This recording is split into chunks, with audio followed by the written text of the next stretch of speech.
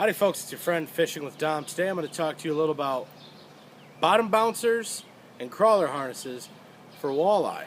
Now, you can use a bottom bouncer trolling all day long, but I'm going to talk to you a little bit about saddling up your trusty old walleye gear and ticking the bottom yourself and catching walleyes. This is, hands down, one of my favorite ways to catch walleyes, especially on the St. Clair River. I've done it a lot on the Saginaw River. I've done it south of the Detroit River a tad some summer days, but I have fond memories growing up on the south end of the St. Clair River, just ticking along the bottom, pulling a shortened crawler harness and catching dozens upon dozens of walleyes. Now, first things first, I'm going to show you the outfit that I use. I use a bait caster. You could use a spinning outfit. Rule of thumb with anything that goes to fishing, use and work with whatever makes you comfortable. I used a bait caster because when I'm fishing deeper water, heavier bottom bouncers like I normally do, this allows me to really feel the bottom, indicate if there are any strikes or not that I could send to Pound Town.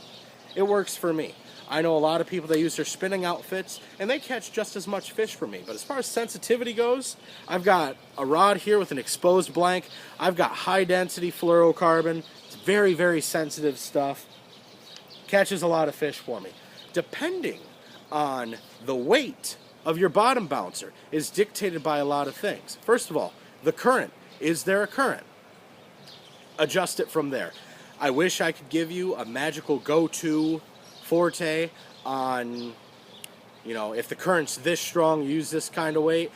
I don't have anything like that. But I can tell you, generally speaking, if you are fishing 15 foot of water and shallower, you use a 1 ounce bottom bouncer. If you are fishing that 10 foot difference between 15 and 25 feet of water, I highly recommend using a 2 ounce bottom bouncer. And down to 35 a 3, 45, bump it up to a 4. But after that, generally speaking, a lot of walleye anglers won't use this method. This is most of the time used vertically in 40 foot of water and shallower. I've seen people work it as shallow as 10 feet of water, and I've used it myself pushing the 40 foot of water market or so. So plan accordingly. If you know you are going to fish about the 30 foot of water mark, or if the river contour changes, bring a couple with you. You want to keep your line as vertical as possible to your rod as you're holding it over the side of the boat.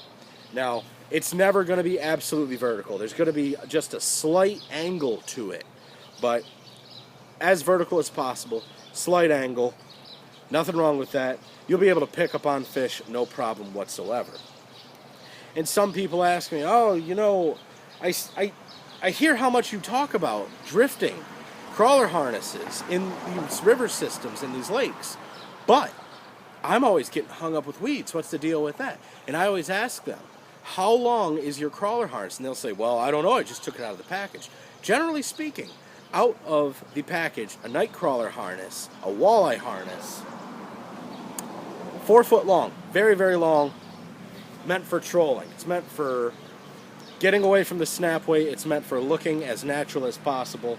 When you are bottom bouncing, you're going to want a crawler harness anywhere between 18 and 20 inches. That's the magical number I got here. So that way, when your harness is ticking the bottom, your bait's not too far behind, and that blade's going to be fluttering. That fish is going to come in, see whatever the heck you got going on there, and you're going to feel the slightest tick. And that's, is when you set the hook. Absolutely. You can use leeches. If you have a single hook harness, you can use a minnow.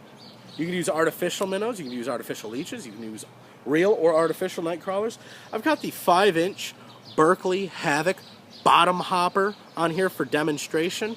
I generally just run 2 crawler harnesses. If you want to run a 3, go for it. If you tie your own crawler harnesses and you want to hang a tiny treble hook off the end of your second hook, hey, I've seen a lot of days where that tiny hook is your insurance policy. You are going to catch a lot of fish on that dangling hook some days of the week.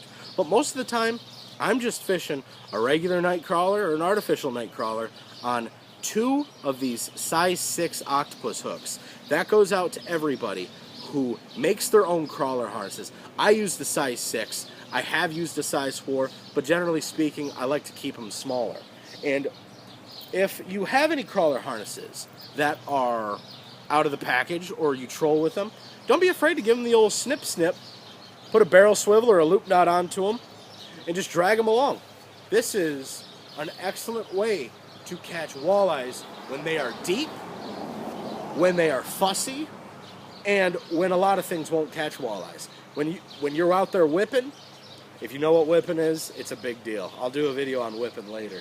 If you're whipping, if you're jigging, if you're hand lining and you're just not getting them, throw them something low and slow. I have not noticed any difference in blade. Whatever blade's on here, sometimes I adjust the size. Most of the time I'm fishing in very clear water. Color doesn't matter all too much. But if you are fishing inland lakes doing this, like on Houghton Lake in northern Michigan, Devil's Lake up there in the Dakotas, play with your blade size. If you're fishing a sunnier day, use a natural color like a copper, a silver, a brass. Go for it. But if you're fishing stained water, kind of dark water, try upping your blade and try a brighter color blade as well. And during low light conditions, don't be afraid to go a little crazy with it and use a glow in the dark blade. I have seen that make a lot of difference. And the benefit, this is the Berkley Trilene mainline flicker harness. It's got the flicker style paint job to it, and it comes with this clevis where you could swap out your blades just like that. I really dig these Berkley flicker harnesses. They catch fish and they have quality components on them. You know, these beads aren't going to melt. This clevis, even though it's removable by blade, it's not going to break. These are quality harnesses. 17-pound monofilament. That's what I recommend for tying my own crawler harnesses. It doesn't have to be monofilament. It can be fluorocarbon. Both hold up just well. When you have a walleye in the net and one hook catches the outside of the net and he begins to thrash, that's where you get your problem with the walleye sawing down on your line and, you know, your line getting all weak and whatnot. But 17 pound, if that's what you're making, that's what I recommend at least. But you're just going to send that baby down and you're just going to tick that bottom. You know, keep it as vertical as possible. If you feel like you're going over a hole, just click your release, open your arbor, drop it down a little bit and pick up the slack immediately and just slightly tap the bottom, pick it up. It's going to feel like the smallest perch in the river nipping at this bait. And in reality, it's going to be a 6 or 7 pound walleye. It's happened to me hundreds of times growing up. But what I run, medium heavy rod, medium heavy bait casting outfit. Works for me. You can use a spinning rod if you want to. Try this. This works very well. Middle of July, the dog days of summer, when those fish are very, very picky on what they want. You got to give them something low. You got to give them something slow. But thank you for watching. My neighbor's coming through with the lawnmower, and I got to get out of here. The sun's going down. Thanks for watching Fishing with Dom. Bye-bye.